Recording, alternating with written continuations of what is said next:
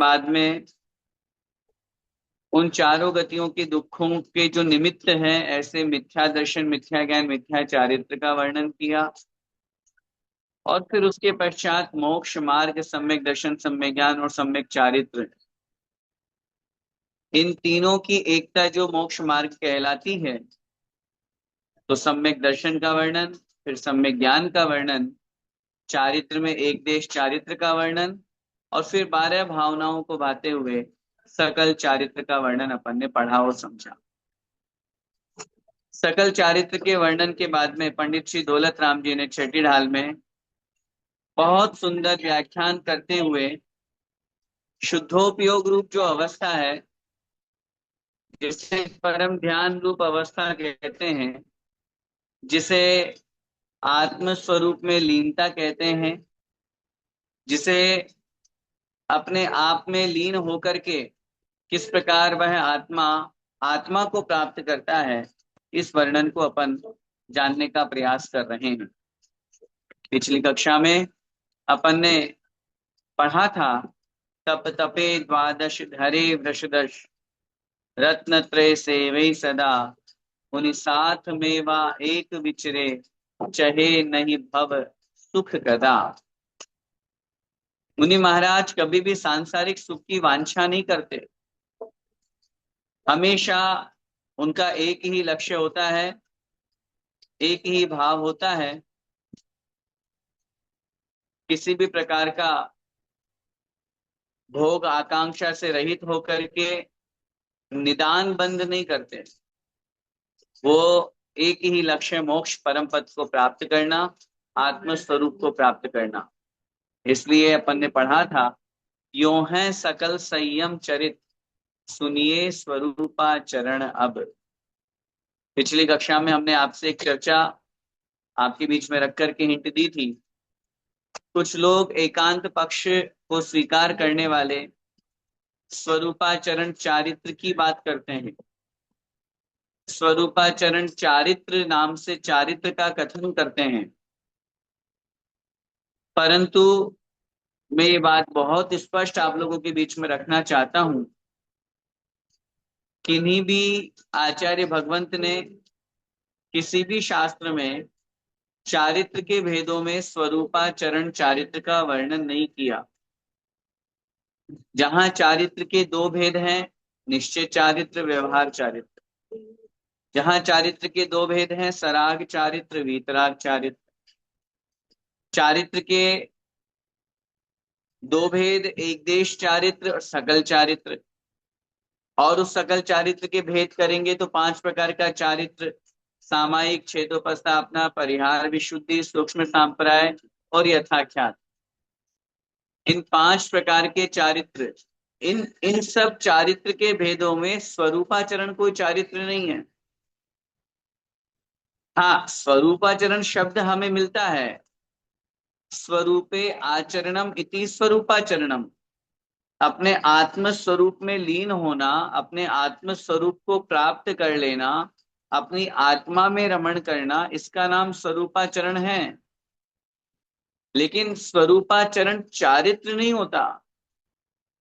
चूंकि पंडित राजमल जी पांडे जो 16वीं शताब्दी में हुए, उन्होंने सबसे पहले पंचाध्यायी नामक एक ग्रंथ है, उस ग्रंथ में इस चारित्र का वर्णन किया। आचार्यों ने चूंकि इससे चारित्र रूप में कहीं पर भी स्वीकार नहीं किया है, इसलिए आगम ग्रंथों में भी हम इसे स्वीकार नहीं करते हैं। कुछ लोग यहाँ पर छेड़ाला का यह श्लोक बोलते हुए जो छंद अभी अपन ने पढ़ा, उसका भी कथन करते हैं, यो है सकल संयम चरित, सुनिए स्वरूपाचरण अब। और कहते हैं देखो लिखा तो है। हम उनसे निवेदन करते हैं, यो है सकल संयम चरित, अर्थात इस प्रकार सकल संयम चारित्र का वर्णन हुआ। अब स्वरूपाचरण जो है, स्वरूप में जो आचरण है, अपने आत्म स्वरूप में जो लीनता है, उसका वर्णन सुनिए। यहाँ कहाँ लिखा है स्वरूपाचरण चारित्र? दूसरी बात, पहला पॉइंट क्लियर हुआ। दूसरी बात, एकांत पक्ष के लोगों के द्वारा जो मान्यता है उसमें ऐसी मान्यता बनाई हुई है कि चतुर्थ गुण स्थान में वो स्वरूपाचरण चारित्र मानते हैं, जबकि चतुर्थ गुण स्थान में तो कोई चारित्र ही नहीं होता। जरा इस बात पर विचार करो कि चतुर्थ गुण स्थान में तो स्वरूपाचरण, मतलब चतुर्थ गुण स्थान का नाम ही है अविरत सम्यक्त्व, मात्र सम्यक दर्शन की प्राप्ति हुई है और सम्यक दर्शन के साथ सम्यक ज्ञान हो जाता है।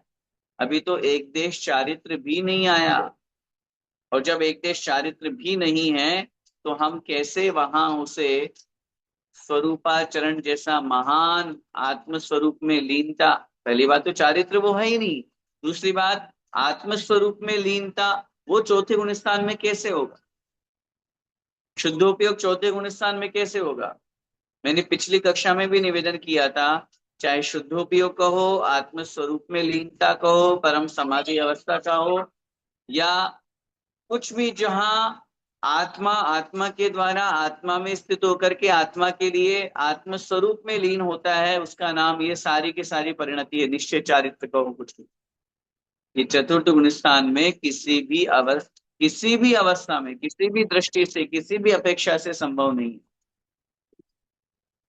जब चतुर्थ गुण स्थान, अब यहाँ उसकी सिद्धि जब यहाँ लिख रहे हैं, अब इसका वर्णन कहाँ किया इन्होंने, स्वरूपाचरण का जो वर्णन है पंडित दौलत राम जी ने, अपन ने पूरी छह डाला पढ़ रहे हैं शुरू से लेकर के, छठी डाल अपनी चल रही है। सम्यक दर्शन का वर्णन चौथी डाल में, विशेष रूप से तीसरी डाल में, लेकिन सम्यक दर्शन के साथ सम्यक ज्ञान जो चौथी डाल में वर्णन किया। अगर चौथे गुण स्थान में अगर पंडित दौलत राम जी की अपेक्षा से स्वरूपाचरण चारित्र की आप बात करोगे, तो वो यहाँ ये मुनि महाराज का वर्णन करने के बाद में, सकल संयम का वर्णन करने के बाद फिर आगे लिख रहे हैं, यो है सकल संयम चरित, सुनिए स्वरूपाचरण। अब आगे स्वरूपाचरण सुनिए, स्वरूपे आचरणम, अपने स्वरूप में आचरण, अपने स्वरूप में लीन होना, उसको सुनिए। तो ये व्यवस्था, ये स्थिति सिर्फ और सिर्फ नग्न दिगंबर मुनि महाराज जो भावलिंगी हैं, जो सात्विक गुण स्थान से है, उन्हीं के प्रारंभ होता है। उसके पहले किसी भी दशा में, किसी भी प्रकार से, किसी भी अपेक्षा से ये प्रकट नहीं हो सकता। मैं पुनः निवेदन करूंगा, आगम की अपेक्षा से, तर्क की अपेक्षा से मैंने दोनों बातें आपके सामने रखी है। अगर कहीं पर भी किसी भी आगम में, किन्हीं भी आचार्यों ने, आगम की बात कर रहा हूं मैं, मूल ग्रंथ की बात कर रहा हूं, आचार्यों के द्वारा प्रणीत कोई गाथा हो, कोई संस्कृत की टीका हो, मैं उसकी बात कर रहा हूँ, हिंदी अर्थ की नहीं। हिंदी भावार्थ कर किसी ने बदल दिया हो, कुछ कर दिया, उसकी बात नहीं कर रहे। तो वो चीज अपन को वहां कहीं पर भी किन्हीं ने नहीं लिखा, बहुत स्पष्ट आपके सामने निवेदन कर रहा हूं। अब जो लोग अपने आप में घर में बैठे बैठे शुद्धोपयोग स्वीकार करते हैं, नग्न दिगंबर रूप अवस्था धारण नहीं करते हैं, खुद भी नहीं करते हैं, और नग्न दिगंबर मुनिराजों के प्रति भी उनके अंदर श्रद्धा भाव नहीं है, उन लोगों की ऐसी मान्यता है तो वो अपनी मान्यता अपने अनुसार रखें। लेकिन आगम ग्रंथों में इस प्रकार का कोई भी कथन अपन को पढ़ने में नहीं आता है। आइए आगे पढ़ते हैं आज अपन छंद क्रमांक 8 नंबर का, जिसमें स्वरूपाचरण। अब देखिए यहाँ पुस्तक में भी जो दिया हुआ है, स्वरूपाचरण रूप चारित्र, स्वरूपाचरण चारित्र नहीं, स्वरूपाचरण अवस्था, स्वरूपाचरण रूप दशा, या स्वरूपाचरण रूप में जो होने पर जो चारित्र आचरण प्रकट होता है उसकी चर्चा कर। आइए छंद पढ़ते हैं। जिन परम पैनी सुबुद्धि छेनी, डारी अंतर भेदिया, मरणादि अनुरागादिते निज भाव को न्यारा किया, निज माही निज के हेतु निज कर, आप को आप गयो गुण गुणी ज्ञाता, ज्ञान गेय मझार कछु भेदन रयो। जब मुनि महाराज सभी प्रकार के विकल्पों से दूर हो जाते हैं, शुभोपयोग को करते करते कब शुद्धोपयोग में पहुंच जाते हैं, तब उस समय कैसी दशा, कैसी अवस्था प्रकट होती है। जिन परम पैनी, जिन माने जिन्होंने, जिन वीतरागी मुनिराज ने, जिन निश्चय रत्नत्रय निश्चय चारित्र का धारण करने वाले हैं, ऐसे मुनिराज ने, ऐसे मुनिराज, जब वो मुनिराज परम पैनी, परम माने बहुत ज्यादा, अत्यंत, जैसे ना अपन बोलते परम तपस्वी माने बहुत तपस्वी। अब पैनी, पैनी का मतलब था नुकीली।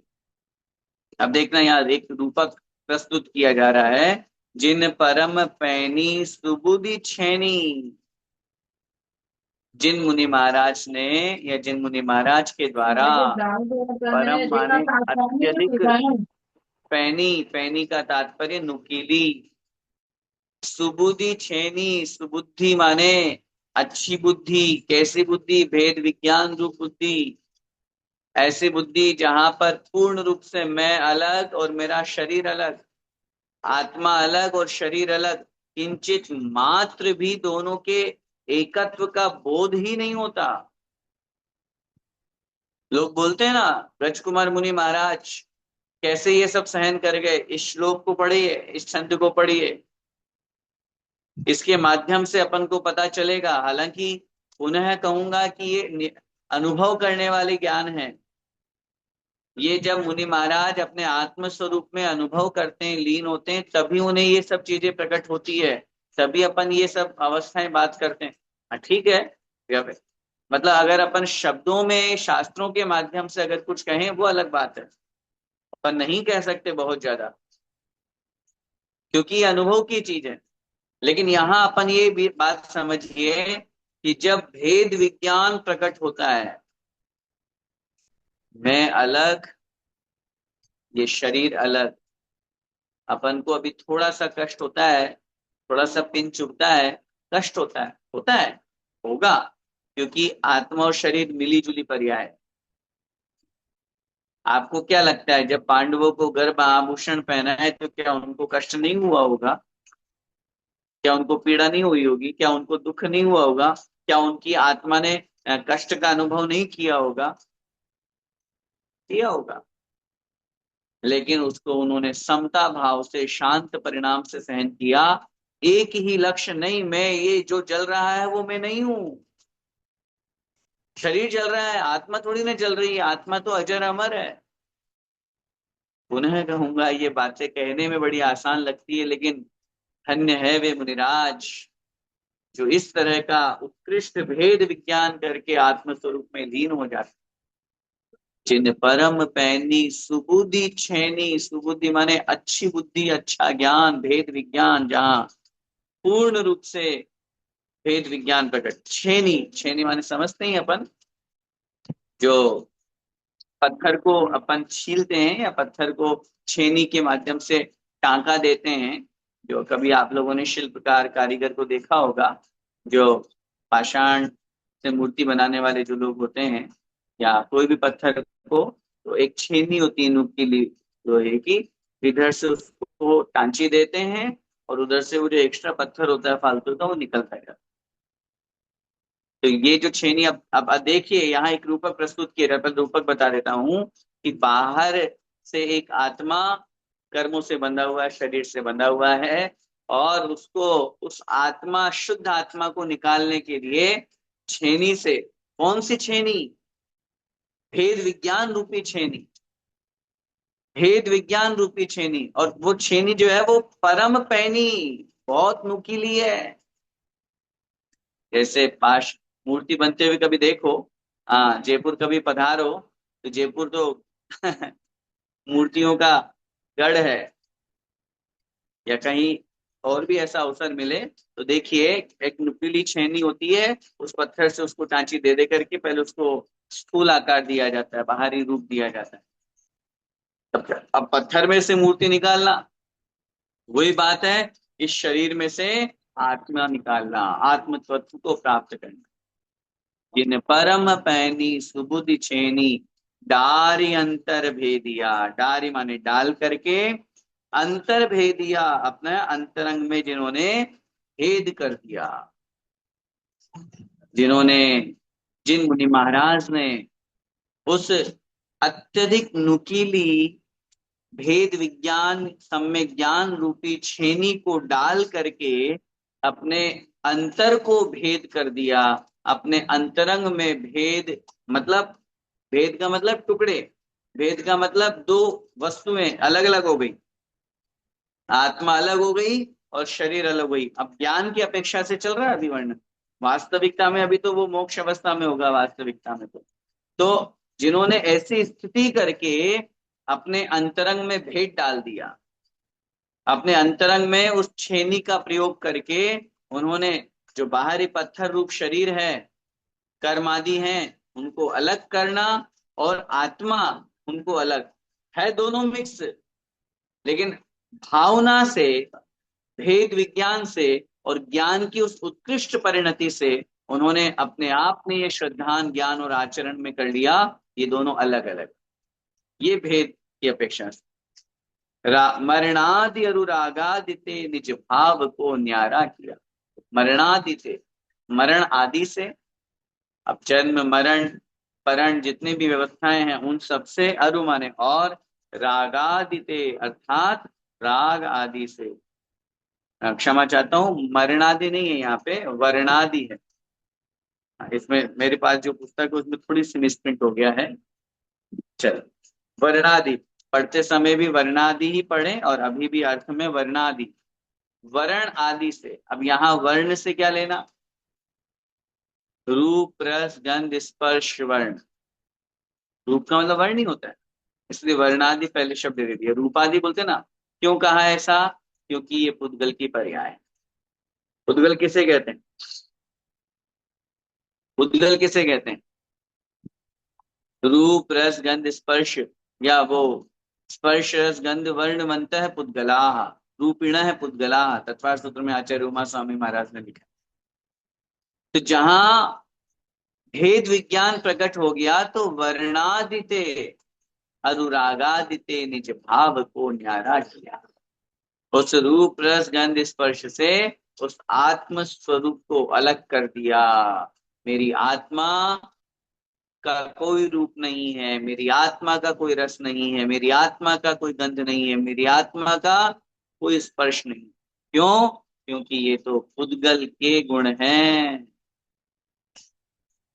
ये तो पुद्गल की अवस्थाएं हैं। अब तक मेरी संसारी आत्मा कर्मों से युक्त होने के कारण से, कर्मों से पराधीन होने के कारण से मेरी आत्मा मूर्तिक रही है, क्योंकि आत्मा के मूर्तिक और अमूर्तिक होने में अनेकांत है।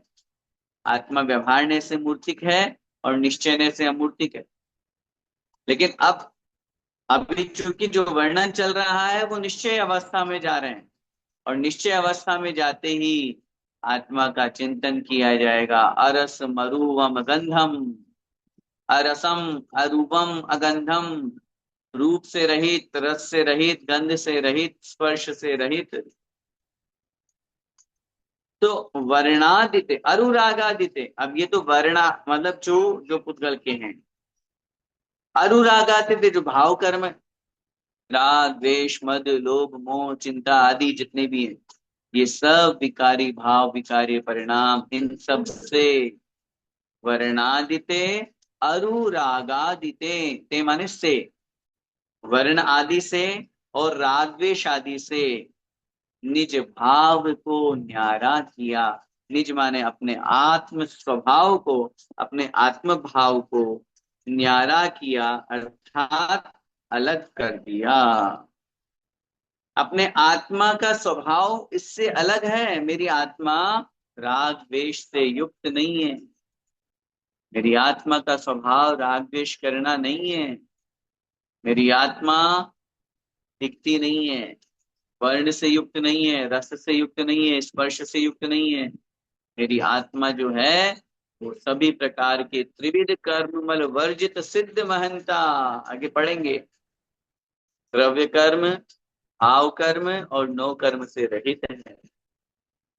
अशरीरा जीव घड़ा उजुत्ता या दंसणे, पढ़ते हैं अपन सिद्ध भक्ति में। मेरी आत्मा शरीर से रहित है, क्योंकि वर्ण स्पर्श रस गंध वर्ण तो शरीर में होता है, उद्गल में होता है, मेरी आत्मा तो इन सबसे रहित है। परिणादिते अनुरागादिते, निज भाव,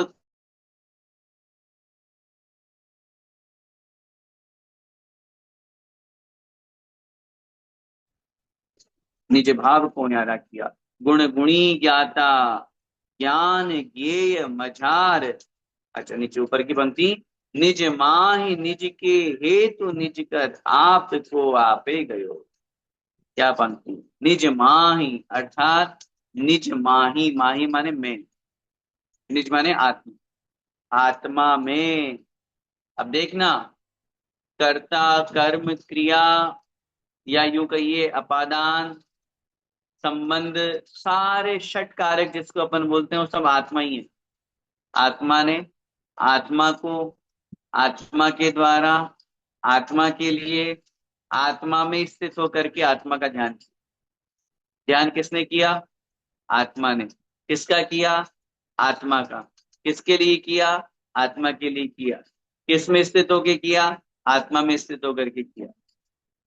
सब सारी चीजें, पूरे षट कारक आत्मा ही है। इसीलिए आचार्य पूज्यपाद स्वामी इष्टोपदेश में लिखते हैं, आत्मवान आत्मान आत्ममेव अध्याये आत्मनि स्थितम। आत्मा ही आत्मा में स्थित होकर के आत्मा का ध्यान कर। वही बात यहाँ करें, निज माही अर्थात अपनी आत्मा में, निज के हेतु, निज माने अपनी आत्मा के, हेतु माने लिए, किसके लिए? अपनी आत्मा के लिए। निज कर, कर माने के द्वारा, आत्मा के द्वारा, निज माने आत्मा लगाना, निज माही अर्थात अपनी आत्मा में, निज के हेतु अर्थात अपनी आत्मा के लिए, निज कर माने अपनी आत्मा के द्वारा, आपको आप ही गयो, आपको अर्थात अपनी आत्मा को, आप ही माने अपने आप में, गयो माने ग्रहण कर लिया या करते हैं।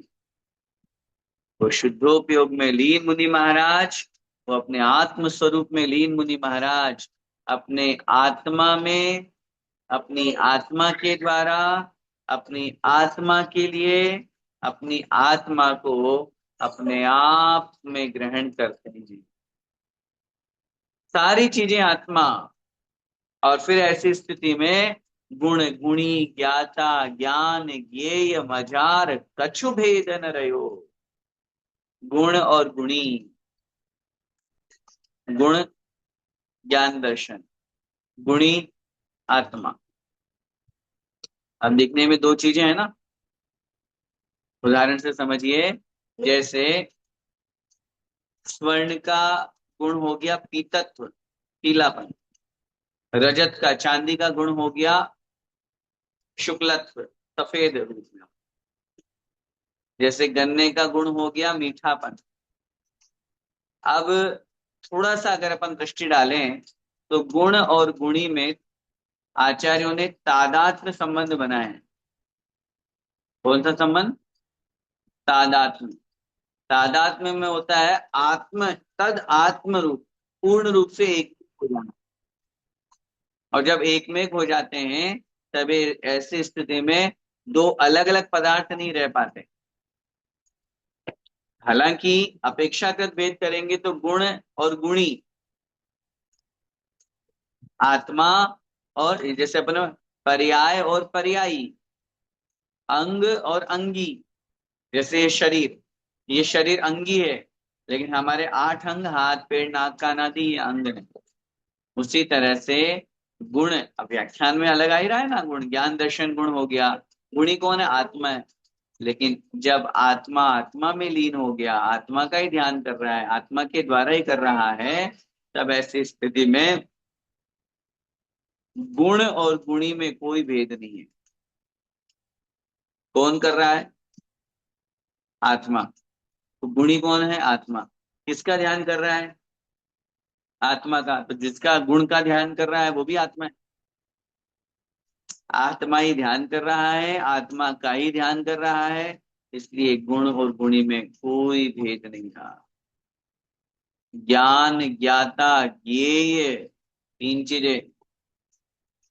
ज्ञान, किसका ज्ञान कर रहा है? आत्मा का। ज्ञाता माने ज्ञान करने वाला, ज्ञान करने वाला कौन है?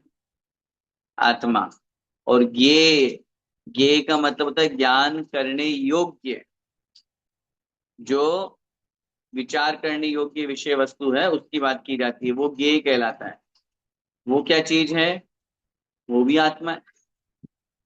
जब ज्ञान ज्ञाता ज्ञेय तीनों ही आत्मा है, तो ज्ञान ज्ञाता ज्ञेय मझार, मझार माने में, कछु भेद न रहो, कुछ भी भेद नहीं रहा। तब ऐसी स्थिति में उस आत्मा में, क्योंकि वही बात हो गई, आत्मा ही ध्यान कर रहा है, आत्मा का ही ध्यान कर रहा है। और ज्ञान करने योग्य, ध्यान करने योग्य जो लक्ष्य है वो क्या है? वो भी आत्मा है। तो गुण, गुणी, ज्ञान, ज्ञाता, ये मझार कछु भेद न रहो, इन सब में कोई भेद नहीं रह पाता, सब एक में हो जाते हैं, एकत्व हो जाता है। मात्र और मात्र आत्मा, आत्मा और आत्मा। ये अवस्था प्रकट होती है शुद्धोपयोग, ये अवस्था प्रकट होती है स्वरूप में आचरण, ये अवस्था प्रकट होती है जहाँ शुक्ल ध्यान की व्यवस्था आचार्यों ने बताई है। और उस स्थिति में अपन समझ सकते हैं कि वे मुनि महाराज किस प्रकार अपनी साधना करते हुए, अपने संकल्प को पूरा करते हुए, अपने इसका आवाज शुभोपयोग क्यों में कम रहते हो हुए रहा है? शुद्धोपयोग की अवस्था तक पहुंचते, और उस शुद्धोपयोग की अवस्था तक पहुंचते पहुंचते वो इस तरह अपने आत्म स्वरूप में लीन हो जाते हैं कि उन्हें बाहरी कोई विकल्प नहीं होता। अपन पूजन में पढ़ते हैं ना, वहाँ आचार्य श्री की पूजन आती है, तब उस समय अपन पढ़ते हैं, मोक्ष की भी इच्छा न करे गुरुराज, मोक्ष की भी इच्छा न करे गुरुराज, ऐसे भावलिंगी को नमन पार। हरिका पूर्णमती माता जी के द्वारा लिखी हुई पूजन अच्छी है।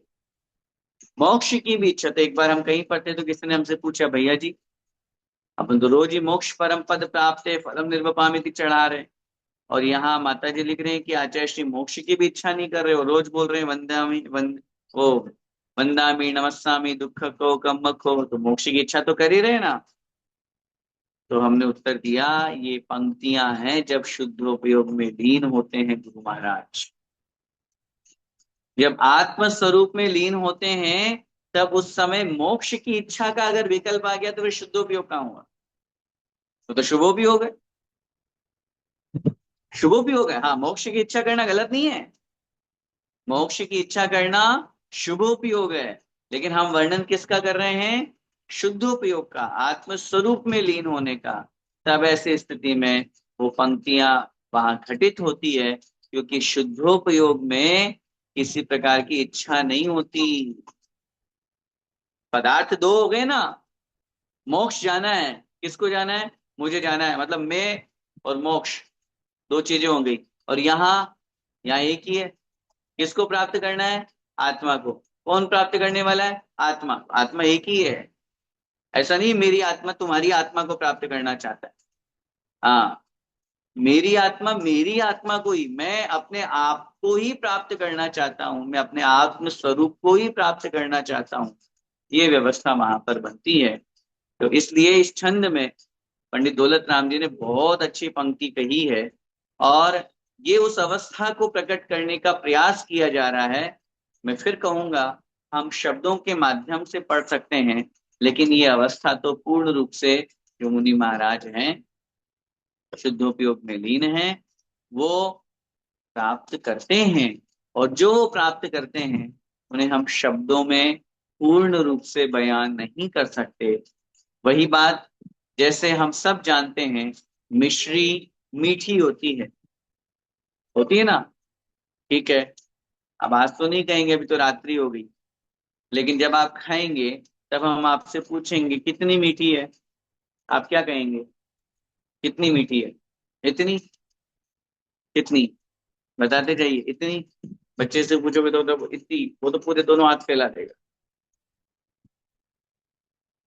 कितनी मीठी, क्या उसकी मिठास को अपन सामने वाले को बयां कर सकते हैं, सामने वाले को बता सकते हैं? उत्तर मिलेगा नहीं। हम यही कहेंगे, भैया देखो मीठी है, कितनी मीठी है आप खुद खा के देख लीजिए।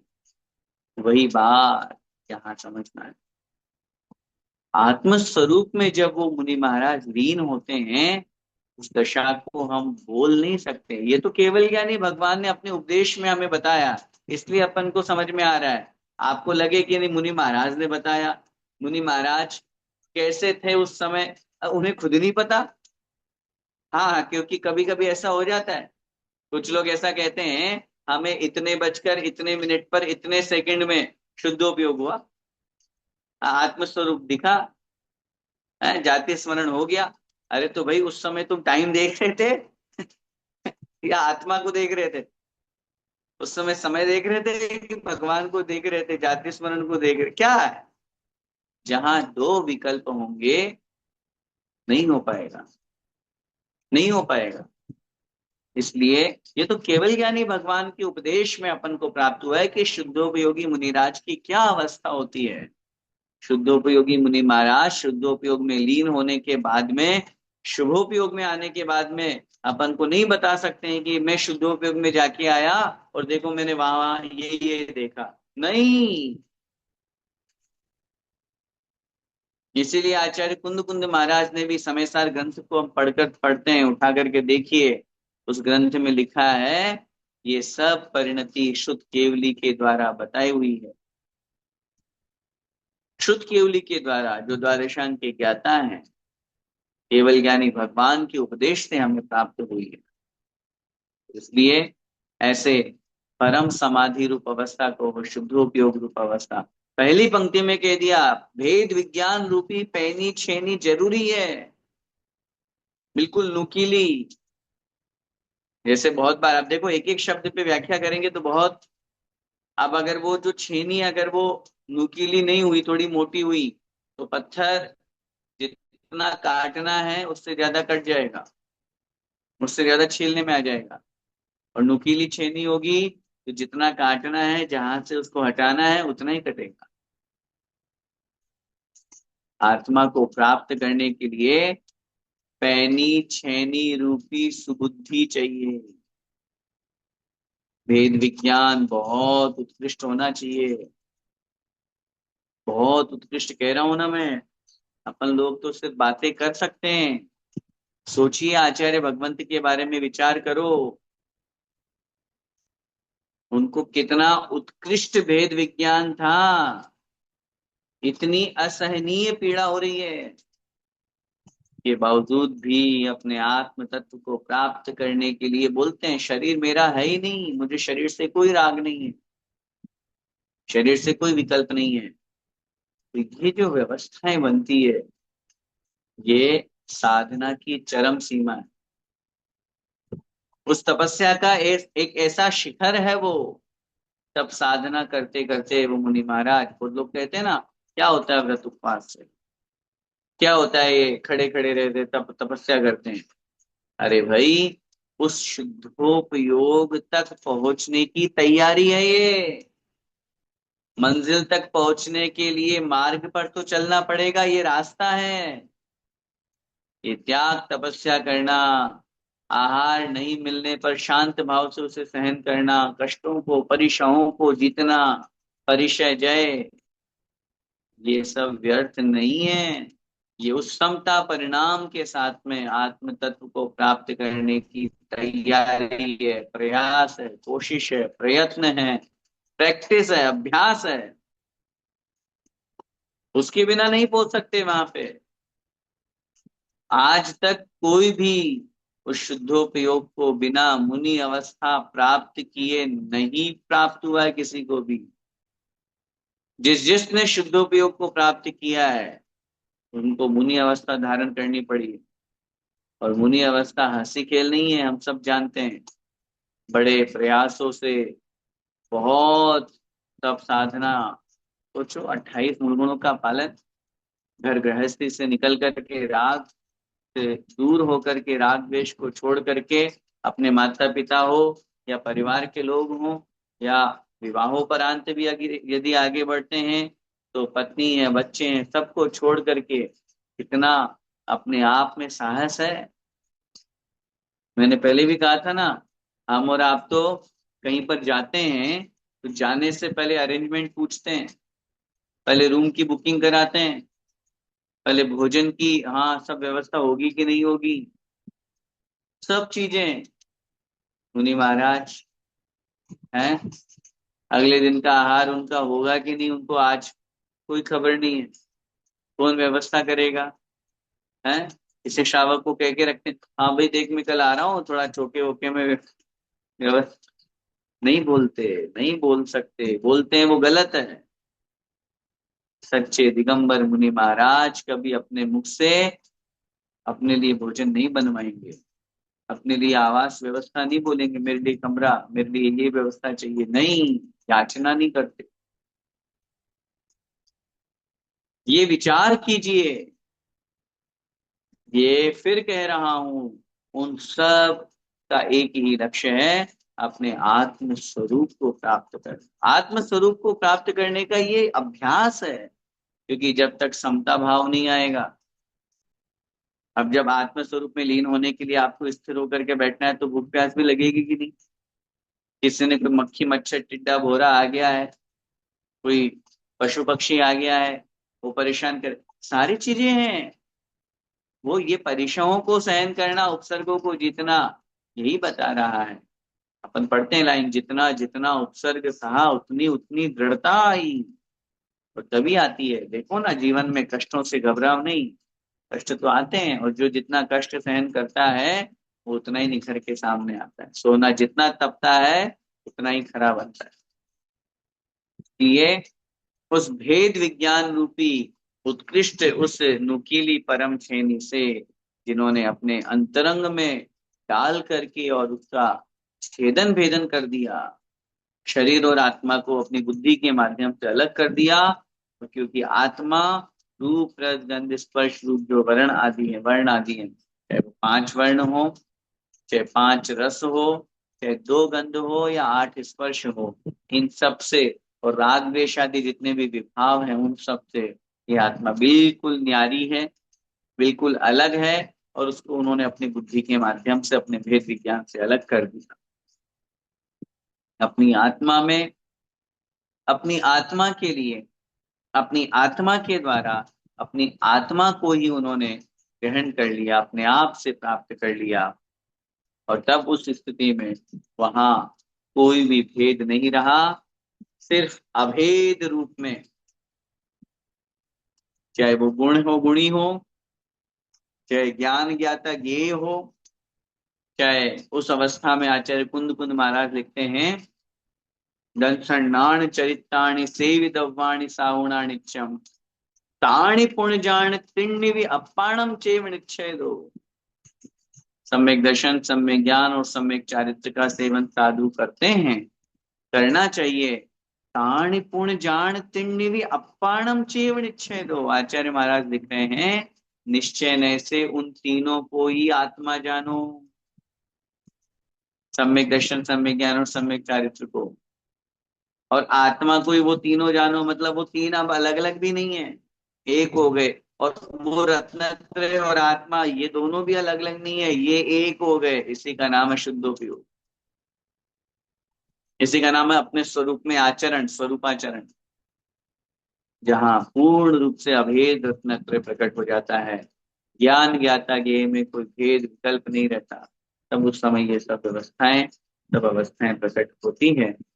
समय आपका हो रहा है, क्योंकि आज अन्य किसी परिस्थिति के वश हैं, इसलिए अपन आज की इस कक्षा से अपन को यही समझना है, और यही अपने आप में एक शिक्षा लेकर के प्राप्त करना है कि वास्तव में वो मुनि महाराज धन्य है जो इस अवस्था को जिन्होंने प्राप्त किया है। क्योंकि आज तक जिन्होंने मोक्ष को प्राप्त किया है उनका यही मार्ग, इसके अलावा कोई दूसरा मार्ग नहीं।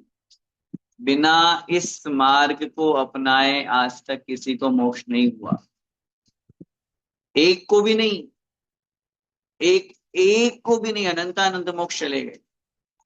तो जब अपन को पता है कि इस रास्ते पर चलने से ही मोक्ष मिलेगा, बिना चले मोक्ष नहीं होगा, तो हमें प्रयास करना चाहिए।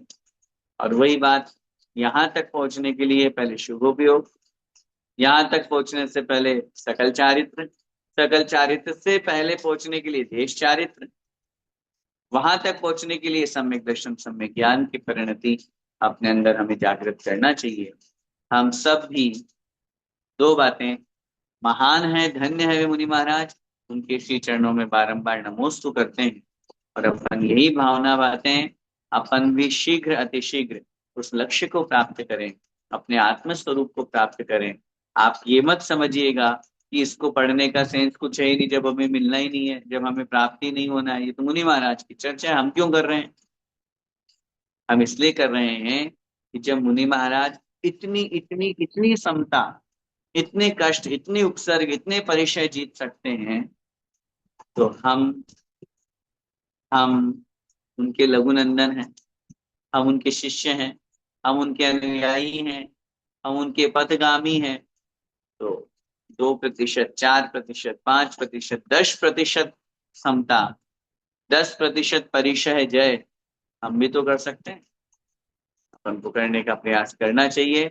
अपन जितना कष्ट सहन करेंगे, जितना समता भाव अपने अंदर लाएंगे, जितना कम राग द्वेष करेंगे, उतना हमारी आत्मा का कल्याण होगा।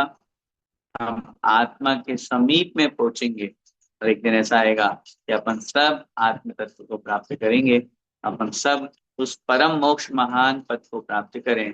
इसी मंगल में भावना के साथ बोले द्वादशांग में जिनवाणी माता की जय हो। संत शिरोमणि आचार्य भगवंत 108 श्री विद्यासागर जी महामुनिराज की जय हो। अभिनवाचार्य परंपराचार्य श्री समय सागर जी महाराज की जय हो। परम पूज्य गुरुदेव निर्यापक श्रमण मुनि पुंगव श्री सुधा सागर जी महाराज की जय हो। अढ़ाई द्वीपस्थ समस्त महामुनिराज की जय हो।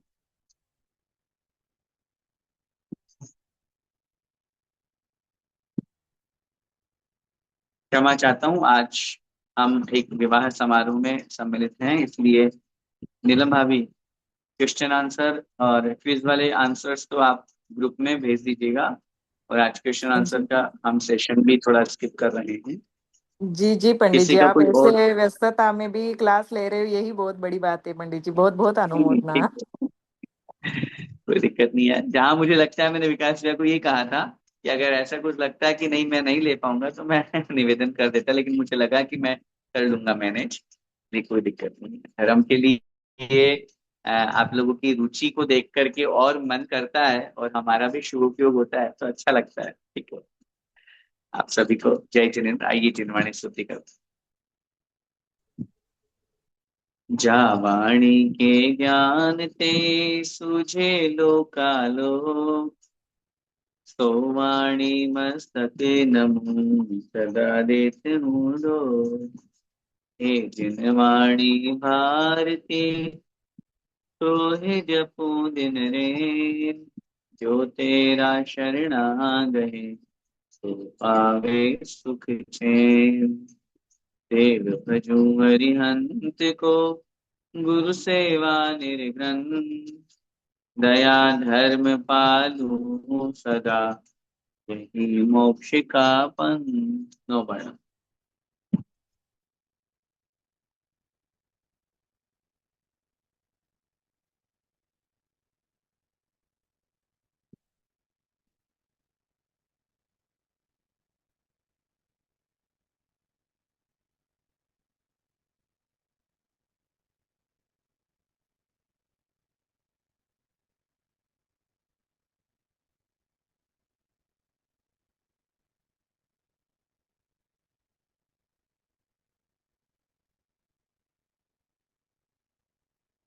द्वादशांग में जिनवाणी माता की जय हो। संत शिरोमणि आचार्य भगवंत 108 श्री विद्यासागर जी महामुनिराज की जय हो। परम पूज्य नवाचार्य श्री समय सागर जी महाराज की जय हो। जय हो। परम पूज्य गुरुदेव निर्यापक श्रमण मुनि प्रभु श्री सुधा सागर जी महाराज की जय हो। जय हो। अढ़ाई द्वीपस्थ समस्त महामुनिराजों की जय। जय हो। सभी को जय जिनेन्द्र। जय जिनेन्द्र। जय जिनेन्द्र पंडित जी, जय जय। जिनेन्द्र। जय जिनेन्द्र।